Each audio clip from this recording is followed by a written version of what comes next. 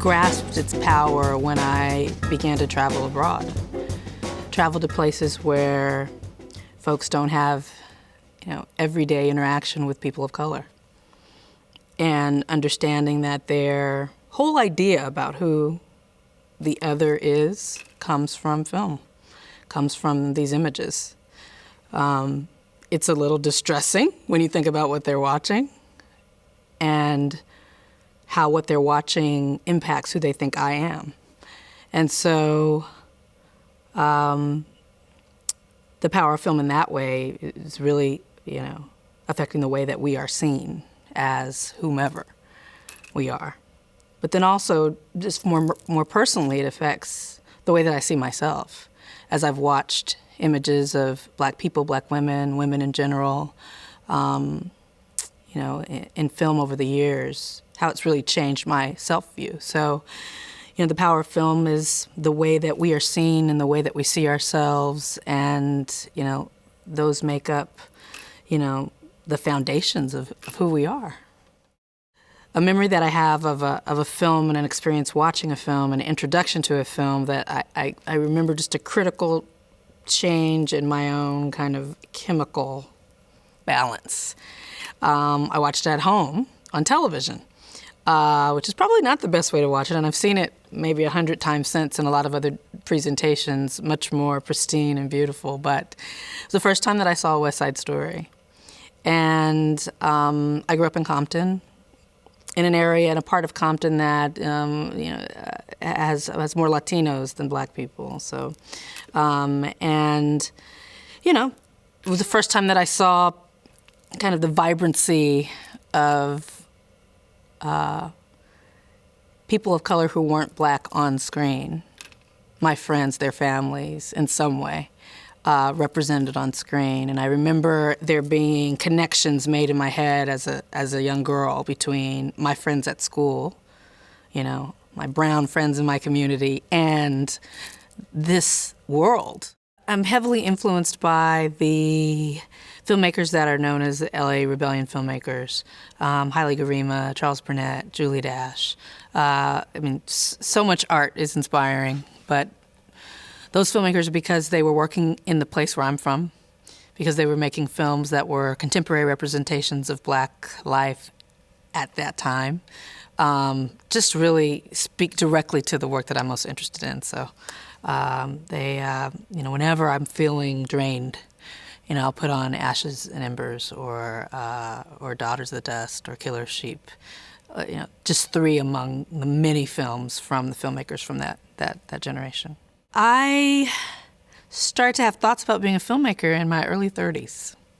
I read articles about Spielberg, knowing that he went to make films on his little Super 16 when he was 5 or something. I didn't have any thought about how a film was made or that one could actually make a film as a normal person. Coming where I came from, I had no context for actually making the films. I just knew that I loved films. And so it wasn't until I became a publicist and was working on sets and starting to get to know filmmakers, I was like, these people are they're like me. And I have some stories to tell, and let me give it a try. So I started to write a script for Middle of Nowhere. It was the first script I wrote. Not the first film I made, but the first script I wrote. And I look up, and I was like 31 or 32 when I started working on that. So late. I would say I make them for myself, I feel like if I can satisfy myself with these films, that eventually they'll reach other people who may also be satisfied by them. And by making it for myself, I'm making it for Black people. By making it for myself, I'm making it for women. By making it for myself, I'm making it for just human beings that are, connected to the kinds of stories that I'm telling, whether it be a story of loss, grief, or separation.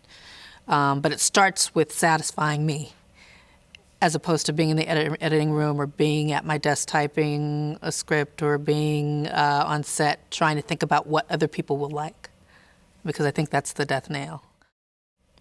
I have an idea, I have the passion, I have friends, I have this little bit of money, I have this location, I have access to this camera.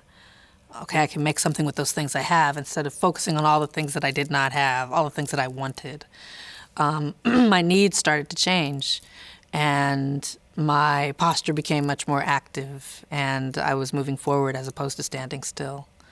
And it all started from a place of desperation. If you channel your desperation towards the things that you have, it becomes passion, you know? If you channel your desperation towards the things that you don't have, it becomes depression and stagnation. And so let that desperation drive you to a good place, and you'll be making a film.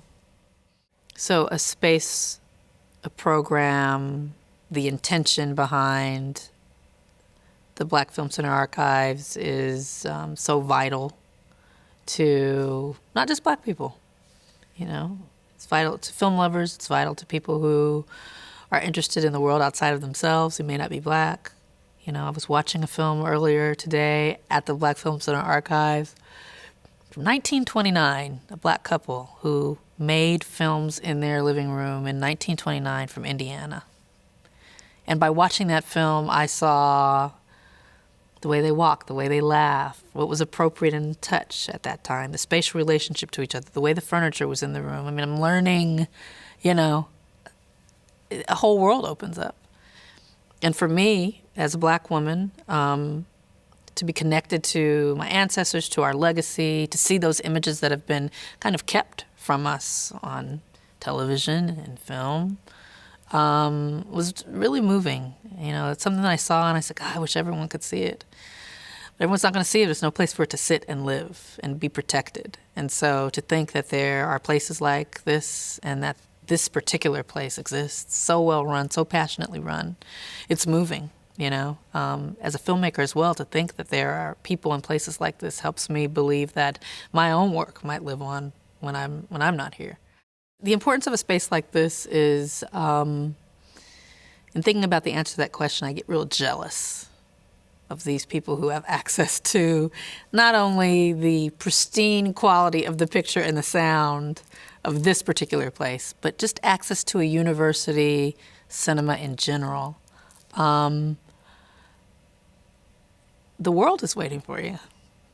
I mean, it's the whole world. You don't have to be a film geek. You don't have to know about films. You don't have to know the masters. It's just a window. And to have a cinema that's so kind of passionately curated and bringing in these jewels from all over the place, it's, like I said, jealous that I didn't have it. But you know, you think of the campuses that do have spaces like this and the opportunity that's sitting right in the chairs, you know, to actually transform the way we think about ourselves and about other people and how we take that into our lives when we leave a space like this.